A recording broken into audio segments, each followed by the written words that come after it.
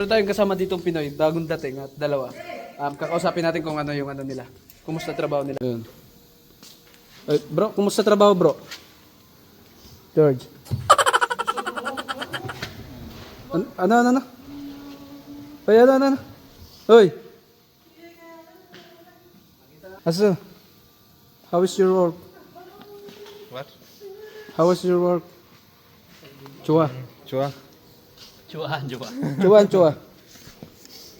So, yung mga bagong Pinoy na dumating ay 이 새끼한테 입만 벌리면 거짓말이 자동으로 나와. bagong Pinoy na dumating ay Philippine Saram? Ano Sri Lanka? Sri Lanka. Vlogger. Oh, ito kunjangjang. Ayun ang kunjangjang, oh. Umalis.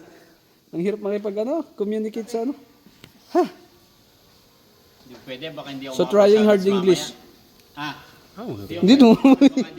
Heto ang unang trabaho ng ating bagong kasamahan o bagong na-hire ng aming amo. Kung naalala nyo nga na gumawa ako ng video na mag-hire duli ng 2 Pinoy, yung aming amo. Eto na yun sila. So, hindi pala talaga Pinoy yung nakuha ng amo namin. Siguro dahil na-miss ng amo namin yung amoy ng kasamahan namin dati.